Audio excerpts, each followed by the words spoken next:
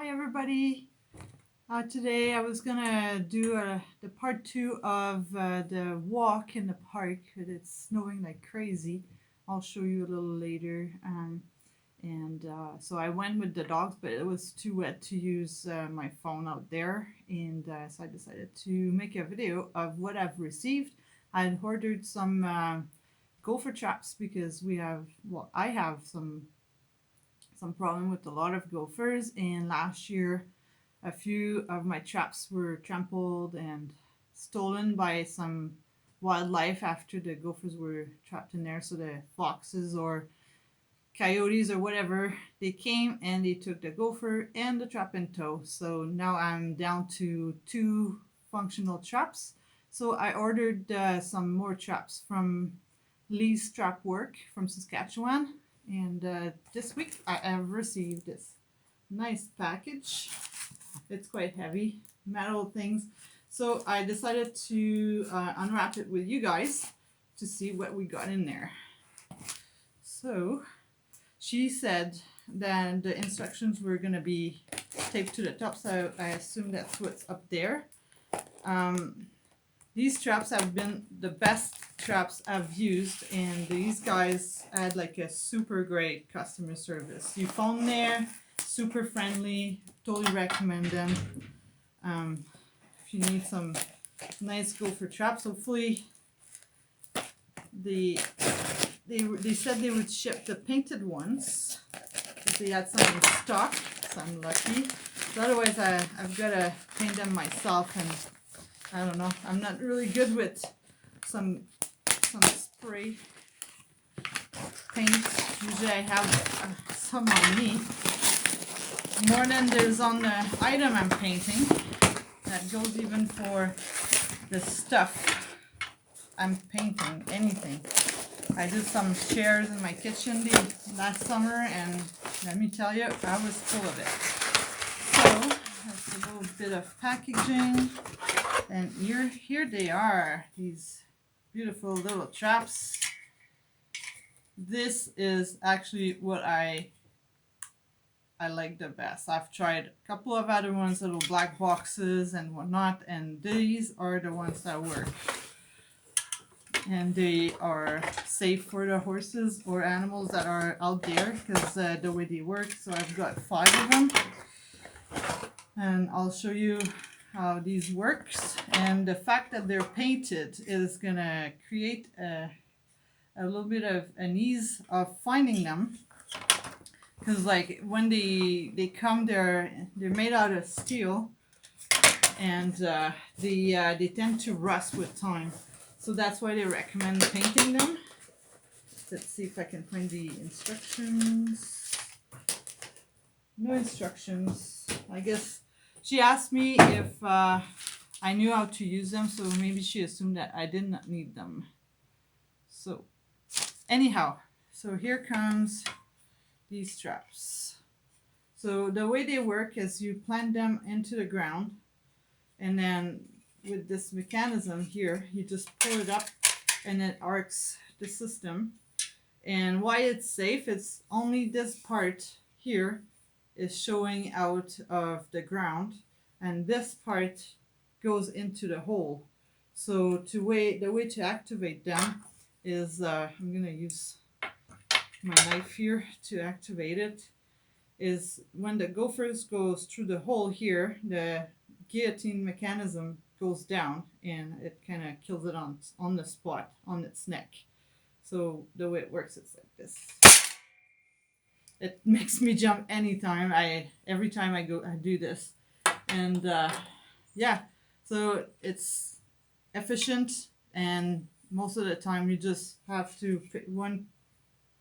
pick up the whole trap with the gopher inside and just rearm it and shake it off right where it is. It's not like I'd like to have another solution for these gophers, but they are totally a problem. So again, you just arc it, and once the gopher goes through the hole, it triggers this, and it's loud, and it's dead. Yeah, these traps are great. What the gopher does is they have long tunnels all over the place, and they create a lot of holes. And horses, they step in it and break their legs, and that can go for cows and other whatever goats, llamas, whatever you have. They they trip in there, and then they break their legs. And we know that horses, once their legs is broken, there's no repairing it. It's over. So if you have like a horse that's really precious to you, and the gophers, they create these holes, they step in it, and they break their legs, then it's over for your horse. So I'm trying to trap as much as I can. Usually the adults from last year, they know these traps, so they avoid them a little bit more. But the babies that are already out, they don't know. So if I can trap babies, then that means less that are out there making holes. So those are the traps I've got. I'm gonna put a link to this nice gentleman that made me these traps and sent me these very nice bright orange, made in Canada. I don't know if we can see, and there's like right here it says made in Canada. So he makes them there, and yeah, they're really good. These are the best I've had. I might, depending on the amount of gophers I've got this year, I'm gonna order more from him, and hopefully he'll be able to send me more of these painted traps, because they're great. And maybe I'll order some neon pink ones. I don't know, some smart like fun colors and stuff. And here's Azure, my little kitty. Uh, Here he's known as Mr. Seuss because he's full of beans, and he's I don't know what he's looking at, but this is Seuss, or Azure as his real name is. So thanks for watching, and I'll be back with you in a second, and I'll show you our nice temperature outside. It's actually really nice. It's not cold, but the horses are a little cranky today. The farrier was just here to see if he could trim, but there's too much snow, so he turned away. And because like when he lifts the leg and then you start trimming and stuff, then he has to put it back down onto the ground, and then there's snow again, and you have to remove the snow. It's just like too much work for what it's worth. So we agreed to postpone the trims, and my mare Star, she needs new shoes, because she like I don't know if I would have posted the video, but she's currently on boreum studs. So now that the winter is over, I'm gonna just shoe her up front because she's a little tender on her fronts, and then I can ride her again. She's not really tender when we go on dirt and just grass and stuff, but as soon as we start doing a little bit of gravel, she doesn't like it and she gets stuck.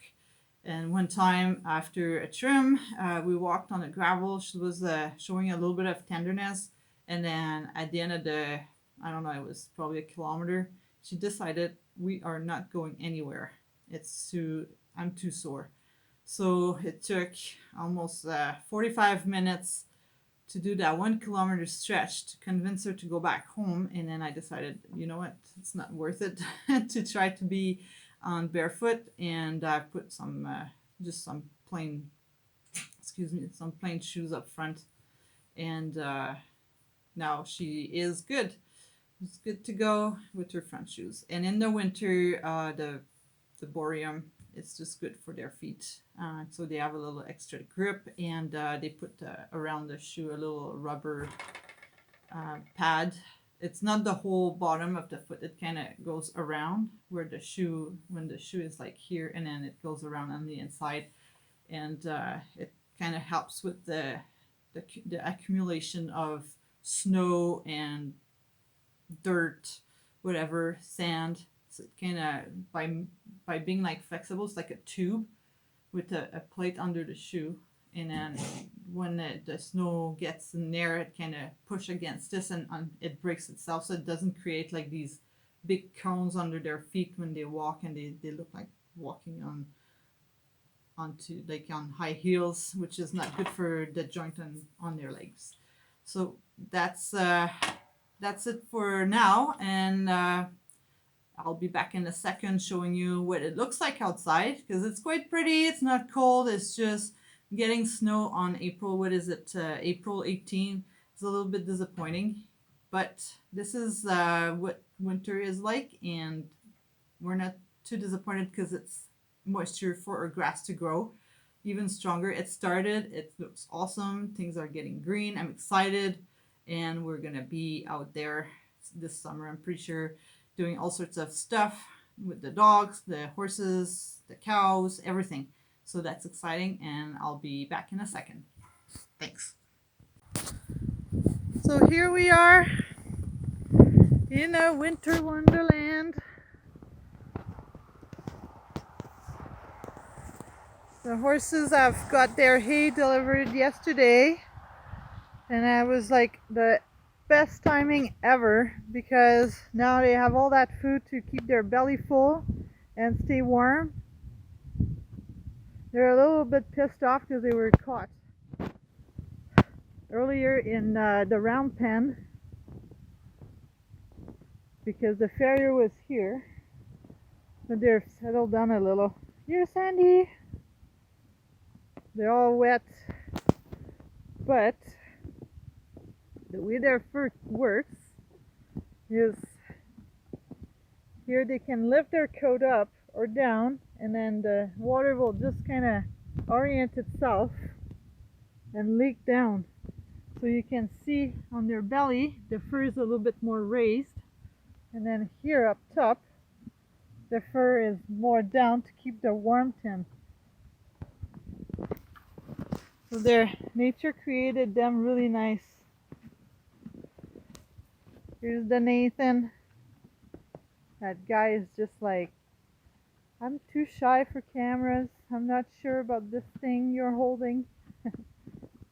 So now, like, I keep them, these bales like wrapped up like this, so they don't demolish them and spread the hay all over the place.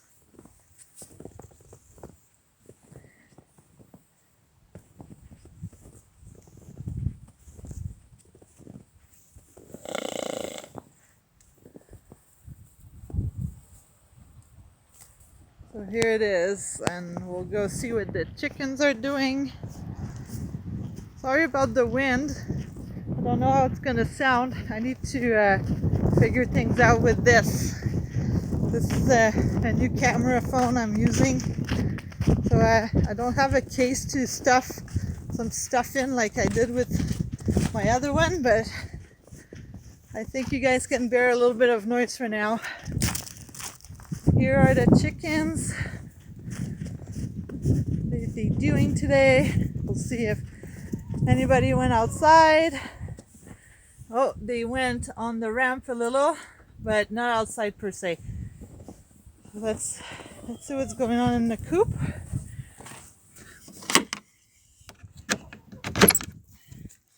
Here they are. These two over there, they're my newer ones. They're getting along good. It's just learning what's going on and what to do and how to be a chicken in a coop. This one is about a year old now. I got her just before winter. I think it was November. And this is my old grumpy one. She's probably like 3 or so. She started laying weird eggs. And it's not really consistent, but she's good. She's molting right now, so that's what's going on her neck. She's a good girl. This one, I don't know if there's eggs in there. Let's see. Usually they like to use this one. No eggs today. So that's how the coop is made, actually. Maybe I should show you.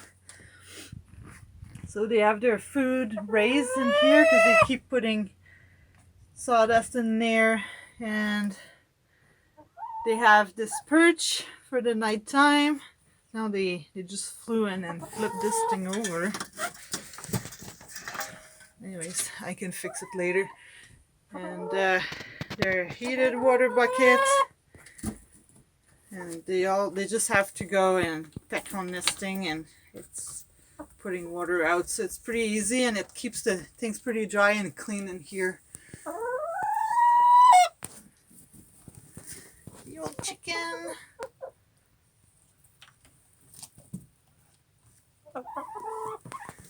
I'll show you the outside. This is the court here. It should be actually parked somewhere else. Here they have a window, and then their electricity comes out here from that cord and then plugs in the garage next to it. They have that big roof. And here on the side I've got the door to access the... This is frozen now.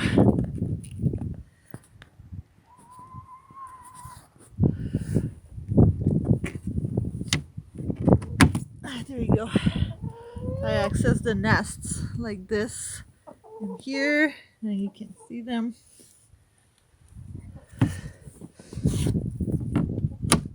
And they have this door here inside that's here up top. Now it's tied so they can go outside whenever they want on that little ramp. And they have all of this to go out, and there's a perch in there, and I put vegetables and stuff in there for them to peck throughout the winter. And they also have access to underneath the coop, so if it's raining or whatever, they don't want to be out in the elements and they want to be still outside, not inside. Especially in the summertime, sometimes it's too cold, or not, sorry, too warm, and they don't want to be out inside. So this is it. That's the old coop. I have to decide what I want to do with it. And I made this fence 2 days ago for my cows to get out, so they have access to pretty much this whole back area here instead of running around. I'm gonna have to come and give them some more hay because it's cold today. Here they come. So that's what we're dealing with right now. And the round pin is like right in between here, goes around here. So thanks for watching, and stay tuned for more of the hobby farm life. Bye for now. So I decided to take you along for cow feeding since I was already out there. So here's a stack of some of my hay I've got for them. It's the exact same hay that I got down for the horses, but this is square bale, a little bit easier for me to carry around because I can break it up into pieces just like this that we call flakes. And then in these coffee containers they have their oats and barley, and there's molasses to make it taste better. No, they love that stuff. And there's also, I cannot see any left, but oh, here they are. It is like in the corner right here. This is like some winter minerals, or actually just minerals for cows that I put in there. And that one, it kind of just blended it as I carried it around. So there it is. And this is what they get to eat.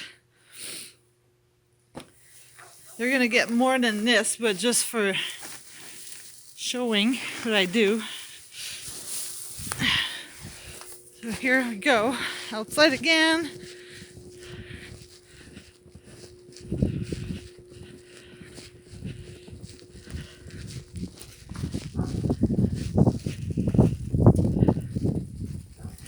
I just toss it on top of the fence, just like this. And while we're at it, I'm gonna get these feed buckets out of there and on top here. And the other one, they're so full of snow. I like to put them up top here so I can put their grain in there.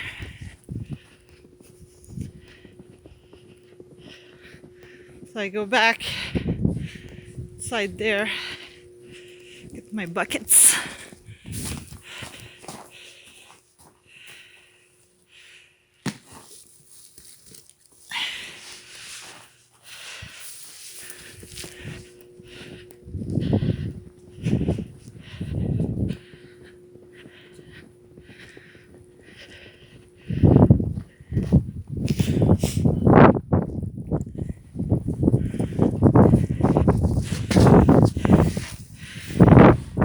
Just park one down here.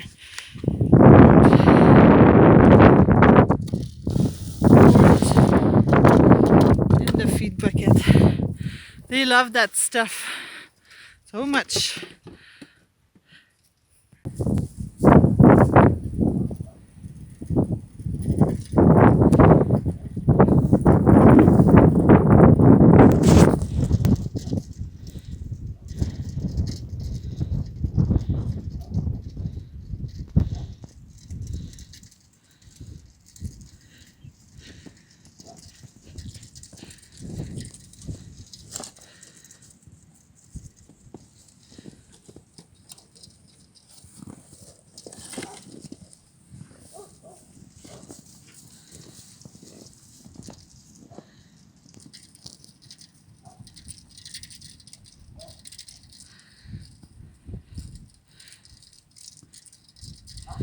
So they change like their buckets like this because it's always better in somebody else's bucket. And I brought them some more hay, so they have enough until late this evening, and then I'll come back and give them a little bit more. So if it continues snowing like this, they're gonna need extra hay to keep warm. Otherwise they're good. They're not shivering. They're pretty happy being there. And Dewey's got some icicles on his ears and everywhere on his body too. These guys are pretty tough.